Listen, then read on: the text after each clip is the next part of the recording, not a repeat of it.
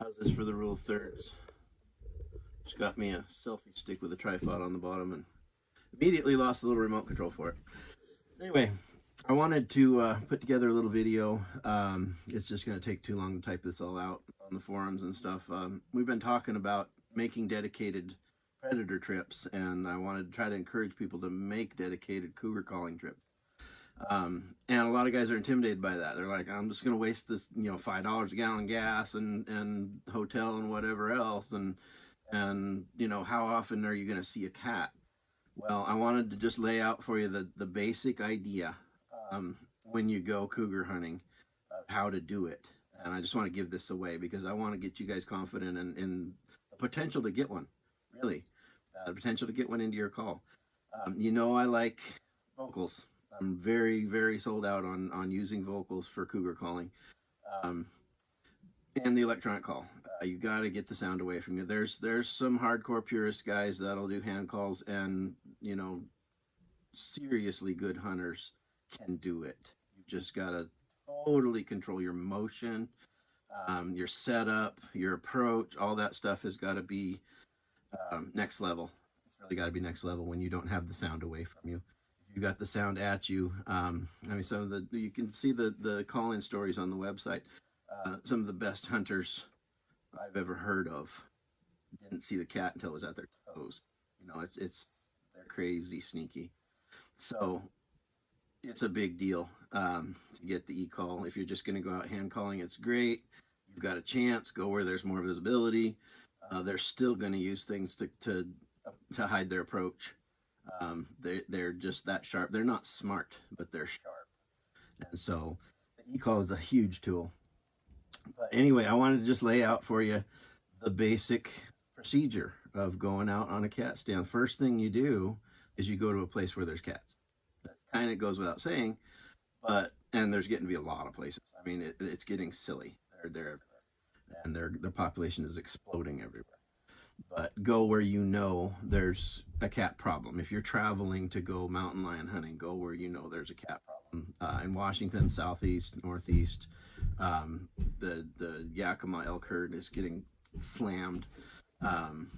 There's spots where it's just overrun with cats. I'm trying not to get into politics in this video, but it's being managed to where the cats are doing the population control instead of hunters.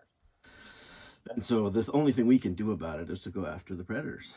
And so go where they are. Go where there's been big numbers. Go where there's been sightings. Go where there's been kills, livestock kills, stuff like that. So that's the big general picture is location, location, location.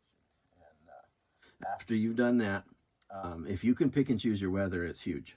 If you can pick and choose snowfall, ideally a light snowfall, anywhere from a dusting to 6 inches that you can drive fairly hard through, whether you're in your side-by-side or your snowmobile or your 4x4.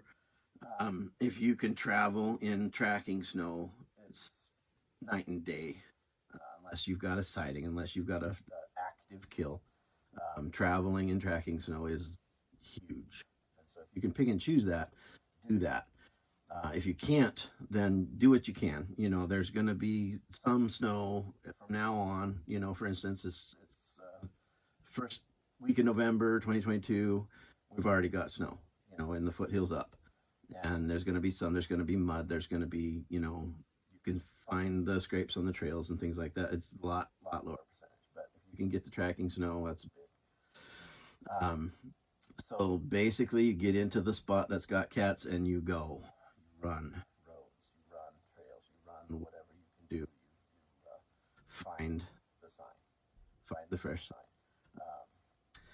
Ideally, I talk about this on the tutorials and stuff on the cougar packages that I sell. Ideally, 6 to 12 hours after a snowfall is the best time to go. Run it hard. Don't stop where it's a good spot. Don't stop where there have been cougars sighted in the past. Don't stop where that guy got that one 10 years ago. Don't waste your time.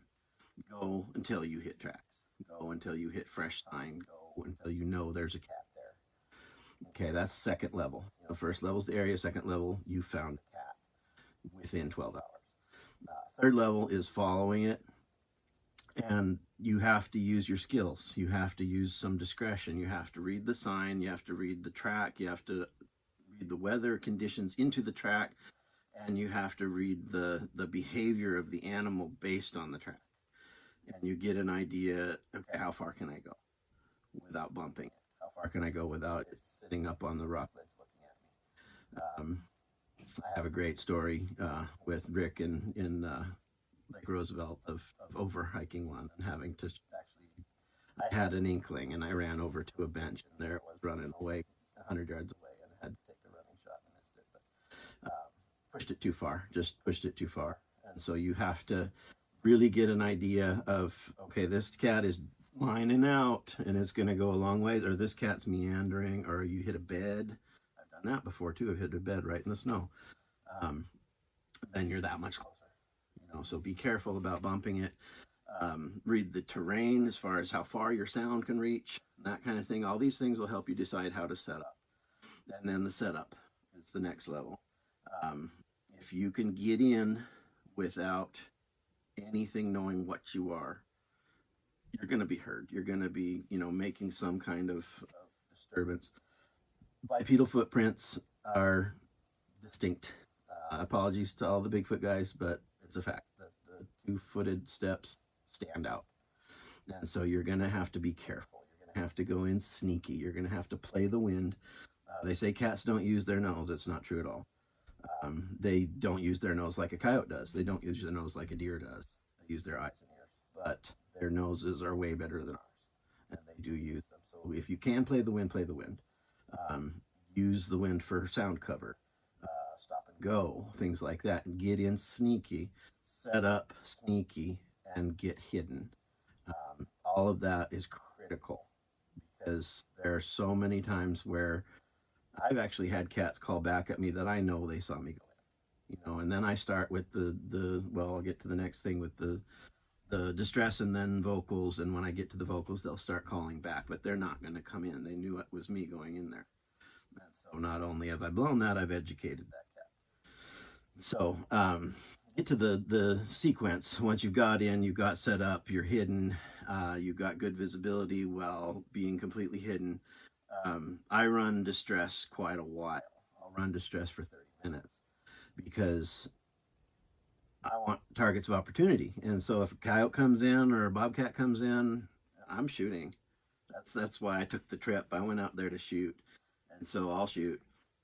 So I'll run 30 minutes, like especially in the timber and stuff. If it's, real open timbered ridges or something, I might not run it that long. I might do 10 minutes instead of 30. But in cover, I'll do 30 minutes. And I've actually, at 30 minutes, I've run bobcats away with cougar vocals. And so you have to decide, okay, now it's a cougar stand. And you switch it over to the lions. I've been on a hot lion track and ran distress for a minute and then switched to vocals. And I got that cat. So it just depends on the scenario. It depends on the location, depends on the situation. If you're focused on the cougar and you know it's right there and you don't want to blow it, go to the vocals quickly. But if you're ATM hunting, do it. Run the distress. Let whatever sharp-toothed critter is out there come in for a shot. But then when you switch to the vocals, mix vocals and distress, and it's pretty much a cougar stand. So that's basically it. You're picking your location. You're finding a cat. You're moving in on the cat with discretion, understanding that you don't want to push it, but you want it to hear you. You're setting up and getting hidden so that you're the prey and it's the predator. And it can come in from the vantage. It can come in and feel comfortable. And you're just hidden waiting to see it come to the call. And that's critical. Overall, I'll run, the average is 90 minutes. I'll do typically 90 minutes. Sometimes I've done 2.5 hours where I was sure a cat was there and just had to push as far as I could stand it, and done 2.5 hours sitting in the snow. Other ones, I figured 10, 15, 20 minutes, nothing that can hear me has come in. I can see everything that can hear me, basically, if I'm in cliffs and stuff and that kind of thing. I'm not going to sit there for 3 hours. but typically 90 minutes. That's average. And that's basically the idea. You'll have a much better chance if you do those things. If you're going out just to, dry ground, an area that has had cats in it, the percentage goes way down. Dry stand percentage for me is 5% and lower for something coming in, regardless of sighting or shot. If I can determine that something came in either by a track or by vocals, less than 5% on the dry stand. Where on a hot stand, where I've got a kill, I've got a sighting, I've got fresh sighting, or I've got a fresh track that I followed in as far as I dared, it goes way up. I'm talking 70%. So if you take the time to do it right, your chances go way, way up. And so I'm just wanting to give you how to do it right. That's how you do it. That's how you beat the odds in a low density predator situation like that. So anyway, I hope this gives you guys some confidence to go out and try it. We really need to. We need to start managing. It's not working. So they're trying to push us out of the woods. And so we need to do something. So I want you guys to feel confident in taking a trip for sharptooths and seeing what you can come up with. So anyway, go get them.